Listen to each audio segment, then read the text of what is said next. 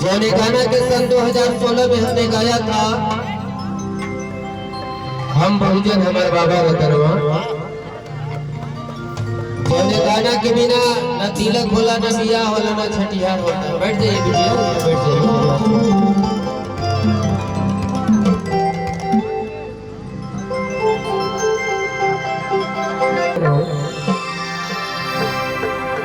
एक गीत और सुनाऊंगा, उसके बाद हमारे बीच कलाकार आए हुए हैं। आपके सम्मान में जो आज छोटी बहन की शादी है, और आपने आह्वान किया और आपके आह्वान पर सब लोग हाजिर हुए। मैं आपकी एक बातों पे चला आया, ये बहुत बहुत सादर सम्मान है। एक बार ताली में चाहिए।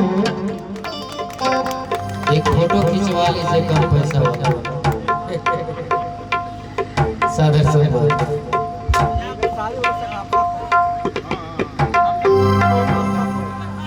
दिलीप नेता, आप भैया की आपकी तरफ से बहुत सुंदर पुष्पहार और सुंदर पुरस्कार भी रहा। कहना है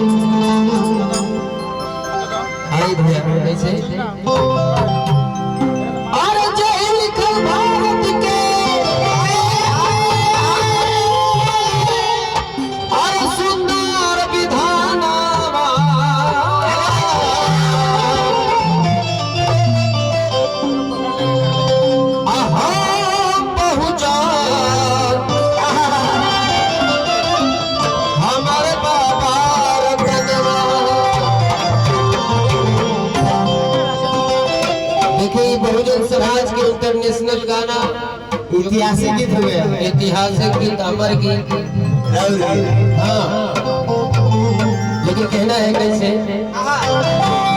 पंकज बाबू आप लोग थोड़ा संभाल लीजिए। भारत का सुंदर विधान हम बहुजन हम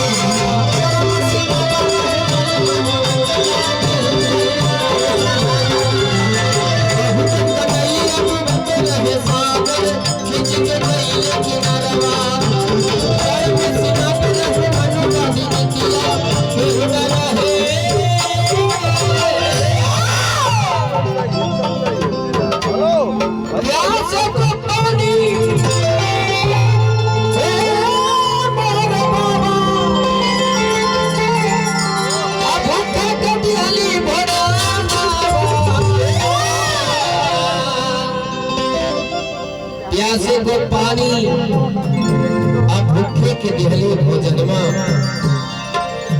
कहना है एक जमाना था कि जवना समय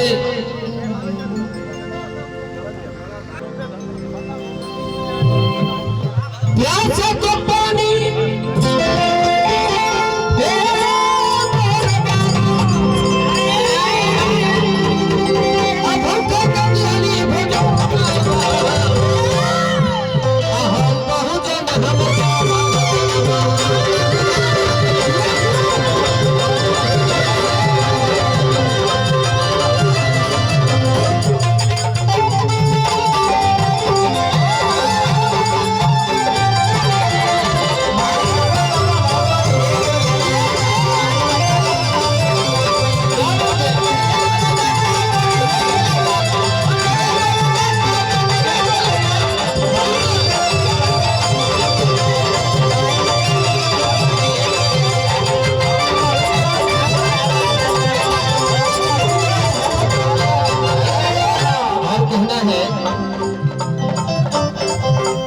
रहिया चलाला दुसवार रे भाई लागे न के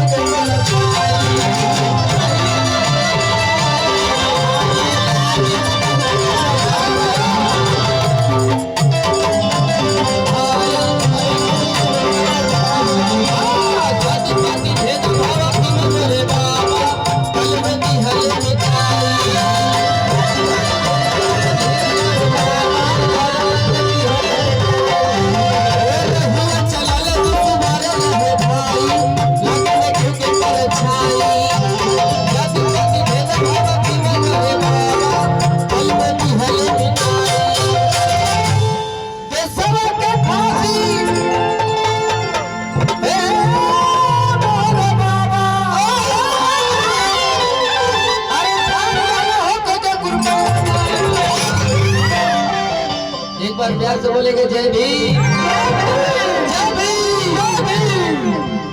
थोड़ा सा नाच के आते हैं। अरे हम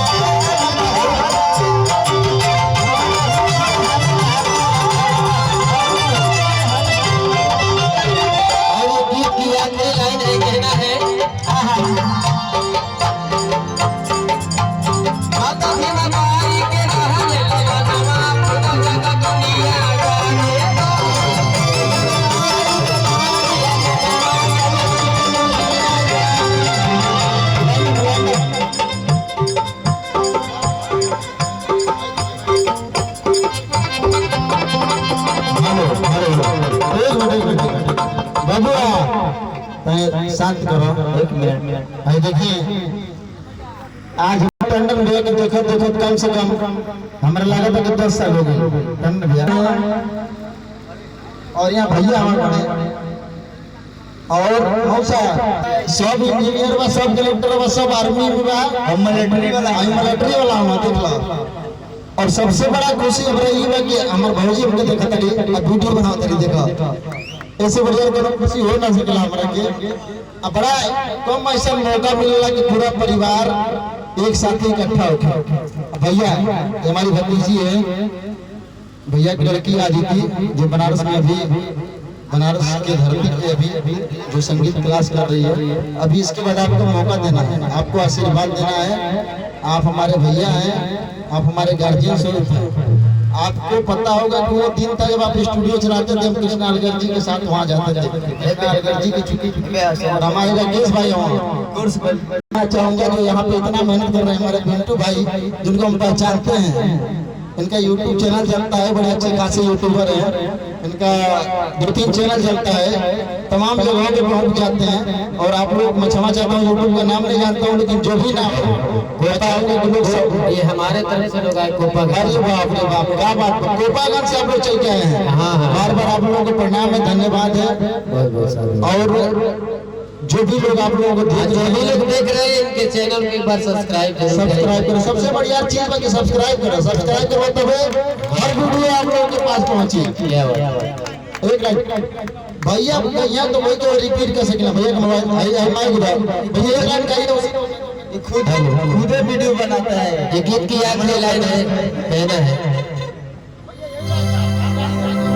माता भीमा बाई के रह ले ललनवा अथवा जग दुनिया जाने अथवा राम गिराव के नाने से कैले सयाने माँ छावनी में मेरे बाबा भीम ले जगन बाबा।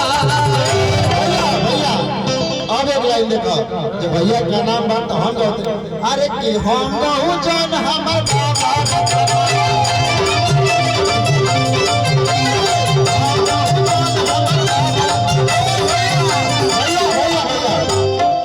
ये चीज देखो, इतना प्यार में, इतना मोहब्बत में भुला गए नहीं हो कि टंडन भैया के भैया आए देखो, छोट भाई हो आए हैं।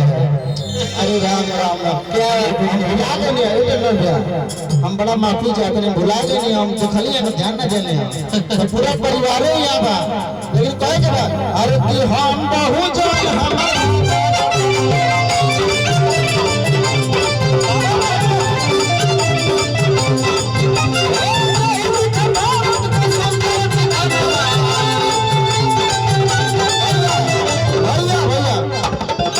लेकिन आप जो रह करते हैं, अरे जय हिंद भारत के रही अरे आप एक बार ओ जय लिखल भारत